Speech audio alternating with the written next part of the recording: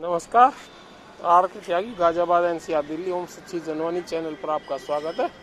Channel को subscribe कर लें, वीडियो को शेयर करें, लाइक कमेंट करें। कमेंट करने से हमें आपके व्यूज़ पता लगेंगे, शेयर करने से सभी रिटायरी साथी तक जाएगा वीडियो और मोटिवेट मोबिलाइज होंगे। और चैनल को सब्सक्राइब करने से हमें हमारे चैनल का विस्तार होगा और प्रचार प्रसार होगा, रिटायरीज इशूज न्यूज़ प्रोपोगेट होंगे, आदि आदि। फ्रेंड्स, अभी आप देख रहे होंगे कि जुलाई अगस्त में कई कोर्ट केसेस की डेट आएंगी और वो डेट हमारे लिए बड़ी ही फायदेमंद हो सकती हैं। हालांकि वैसे तो लगातार कोर्ट में भी हम लोग जाने के बावजूद भी डेट पर डेट की प्रक्रिया से उलझ रहे हैं। अभी ग्रेजुएटी कैलकुलेशन वाला जो मसला है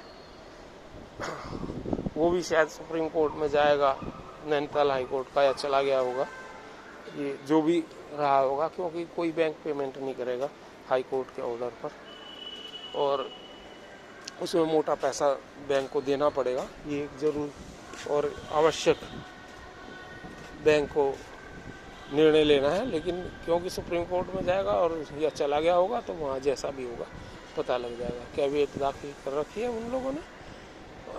और स्पेशल अलाउंस की डेट, अच्छा वो तो रहा नैनीताल हाई कोर्ट के खिलाफ जो कैनरा बैंक लेकर के जा रहा है। लेकिन दूसरा हमारा जो केस है स्पेशल अलाउंस और पेंशन अपडेशन का केस, जिसमें स्पेशल अलाउंस पर रिटायरल बेनिफिट्स होने चाहिए, सुपरन्यूशन बेनिफिट्स होने चाहिए, पेंशन कैलकुलेशन वगैरह सब कुछ होना चाहिए। एक तो ये, और दूसरा हमारा था ग्रेजुएटी रिकैलकुलेशन का केस, के काली एंड अदर्स, इसमें मैं भी हूँ और जिसमें ट्रांसफ़र पेटिशन IBA ने सुप्रीम कोर्ट में भी लगा रखी है इसी में। तो वो 29 अगस्त की उसकी डेट आ गई, 29 अगस्त में उसकी भी सुनवाई होगी।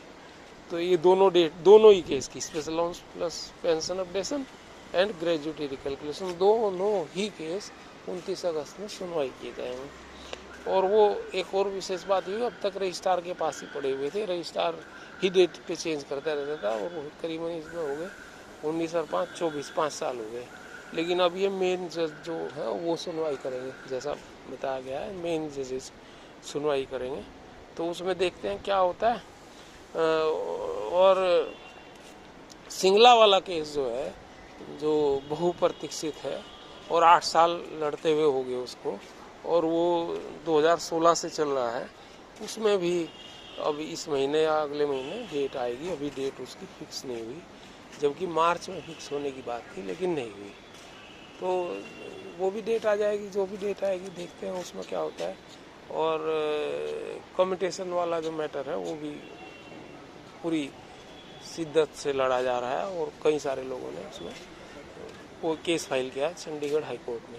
स्टेट बैंक वालों ने भी कर दिया है उनसे केस फाइल उसमें, और दूसरे लोगों ने भी केस फाइल कर दिया, कई सारे बैंक्स ने कराया। और एक केस इलाहाबाद में भी लगाने जा रहे हैं हमारे साथी हैं, मिस्टर सिन्हा एडवोकेट हैं और रिटायर्ड बैंक सीनियर मैनेजर हैं, वो उनकी मिसेज जो है, दोनों एडवोकेट हैं, वो इलाहाबाद हाई कोर्ट में भी लगाने जा रहे हैं केस। तो ये चीज़ें हैं, अब पता लगेगा कि इन सब में क्या होगा। लेकिन कंटेम्प्ट पिटीशन की भी अभी डेट आने वाली है, जो स्पेशल अलाउंस पे जी प्लानी वर्सेस बैंक ऑफ बड़ौदा के उसमें आधार पर कंटेम्प्ट पिटीशन लगा हुआ है, तो ये भी अभी आएगा। और अब इन्होंने गजट नोटिफिकेशन और लेकर के एक नई बात पैदा कर दी, हर बैंक गजट नोटिफिकेशन कर रहा है, 6-7 बैंकों ने कर लिया है, जिसमें PNB, central bank, UCO bank, bank of Baroda, bank of Maharashtra और कई बैंक हैं, उन्होंने कर दिया है। शायद कैनरा बैंक ने भी कर दिया हो, मुझे कंफर्म नहीं है। तो ये सारे अब गजट नोटिफिकेशन कर रहे हैं। कितने साल बाद? 2015 में सेटलमेंट हुआ था और 2024 है, 9 साल बाद, और 2012 से इफेक्टिव 1/11/2000। हमने उसके लिए भी शुरू कर दिए खतों की, और बैंक को लेटर लिखा था, उनका जवाब आया कि एक तो सब जुडिस। तो हमने पूछा हम उनको फिर लेटर लिखने वाले हैं कि भाई सब जुडिस तो तुमने क्यों गजट नोटिस, हम यही तो कह रहे हैं कि सब जुडिस तुमने क्यों करा, उधर तुम उसे बढ़ा रहे हो स्पेशल अलाउंस को, उधर ये कर रहे हो। तो ये सारी चीज़ें हैं, इनमें लगातार हम मेहनत कर रहे हैं दिन रात, और इन लोगों को चिट्ठी पत्री कर रहे हैं और ओपिनियन ले रहे हैं अपने साथियों की। उसी आधार पर एडवोकेट से भी बात करके, तो के कालिया जी से भी मेरी बात हुई थी, मिस्टर के कालिया का के नाम से जो केस लगे हुए हैं हमारे 2-3 उस संबंध में, तो उन्होंने कहा ठीक है भेज दें आप। तो ये सारी चीज़ें चल रही हैं। और गजट नोटिफिकेशन जो है एक तरह का ये बैक फुट पे है, इसका मैनेजमेंट, बैंक मैनेजमेंट और IBA बैक फुट पे है। तुषार मेहता एंड कंपनी जो है अटॉर्नी जनरल, उन्होंने ये वो रही है कि भाई उन्होंने कहा कि भाई इसको जो है गजट नोटिफिकेशन निकाल लो अब 9 साल बाद, और 12 साल उसमें हो गए हैं जो इफेक्टिव डेट 1/11/2012 में 12 साल होने वाले हैं, नवंबर में 12 हो जाएंगे, अभी अगस्त जुलाई चल रहा है।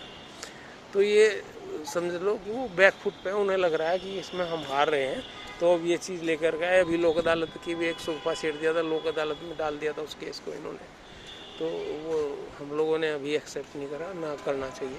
लोक अदालत भी अभी लगेगी इस महीने 29 जुलाई से और 2-3 अगस्त तक है लोक अदालत में, तो उसमें ना थी हम लोगों की, तो पहले प्रिपरेटरी उसकी डेट्स आई थी लेकिन ना थी हमारी।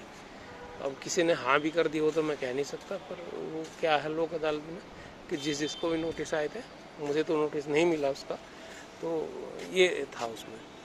अब लोग इसके अलावा जो है बैंक क्या करता है, कोई कमेटी बनाता है, जैसे स्टेट बैंक के केस में हुआ था, चूँकि डी न्यूट्रलाइजेशन का मामला इन्होंने सोल्व करना पड़ा मजबूरन, फैमिली पेंशन का सोल्व करना पड़ा, रिजाइनीज को पेंशन देने का करना पड़ा, और डी न्यूट्रलाइजेशन का, ये सब करने पड़े इन्हें, करना नहीं चाह रहे थे, मजबूरी में इन्होंने किए हैं, और 40 से 50% पेंशन स्टेट बैंक को करनी पड़ी इन्हें। तो यही सारी चीज़ें हैं।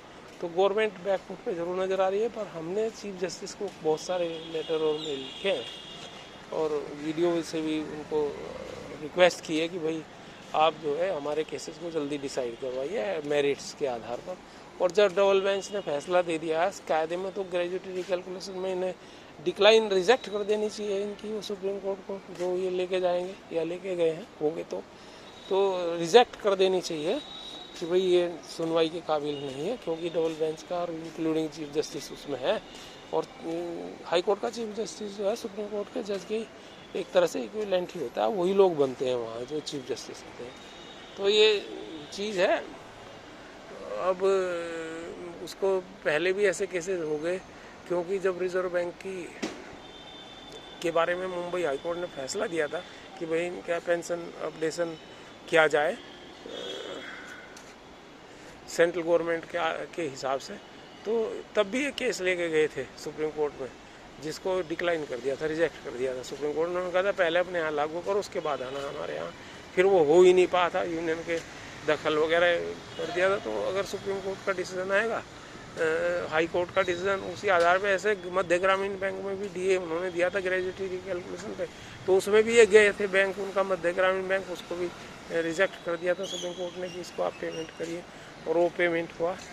और इसी तरह से जो है इस केस में भी होना चाहिए। हमें तो लगता है कि रिजेक्ट करेगा सुप्रीम कोर्ट इसको, और नहीं करेगा तो फिर डिसीजन देगा, और डिसीजन जो भी होगा तो वो सबको जो है समान रूप से प्रभावित करेगा। जो केस और लगे हुए हैं, कई सारे ग्रेजुएटी कैलकुलेशन पे केस लगे हैं, और उसमें स्पेशल अलाउंस पे रिटायरेबल बेनिफिट यानी कि ग्रेजुएटी दे दी है उन्होंने, और पेंशन के बारे में भी उन्होंने कहा कि सुपरनेशनल बेनिफिट मिलने चाहिए। इसको पूरा अगर आप पढ़ें 29/4/2024 का नैनीताल हाईकोर्ट का डिसीजन है, उसमें उन्होंने लिखा है। तो देखते हैं क्या होता है। बाकी गवर्नमेंट के साथ हम लगातार बात कर रहे हैं, भारतीय मजदूर संघ के माध्यम से भी, अलग से भी लेटर मेल सब हम भेज रहे हैं, और स्पेशल अलाउंस पे तो हमारे पास जवाब भी आया है, गोल मोल झूठा इनएप्रोप्रिएट जवाब है, इसको हम काउंटर करेंगे। और ये सारी चीज़ें हम सभी रिटायरीज के लिए करें, और सभी रिटायरीज में निश्चित रूप से लाभान्वित होंगे। नमस्कार साथियों, भारत माता की जय, वंदे मातरम, ओम नमः शिवाय। 8588988205 आर के त्यागी गाजियाबाद एनसीआर। कोई भी सहयोग आप मुझसे ले सकते हैं, मुझे कॉल कर सकते हैं या लिख के भेज सकते हैं, और मुझे अपना सहयोग भी दे सकते हैं। ये रेसिप्रोकल गिरहरी वाला सहयोग हमेशा अपेक्षित है सभी लोगों से। थैंक्स।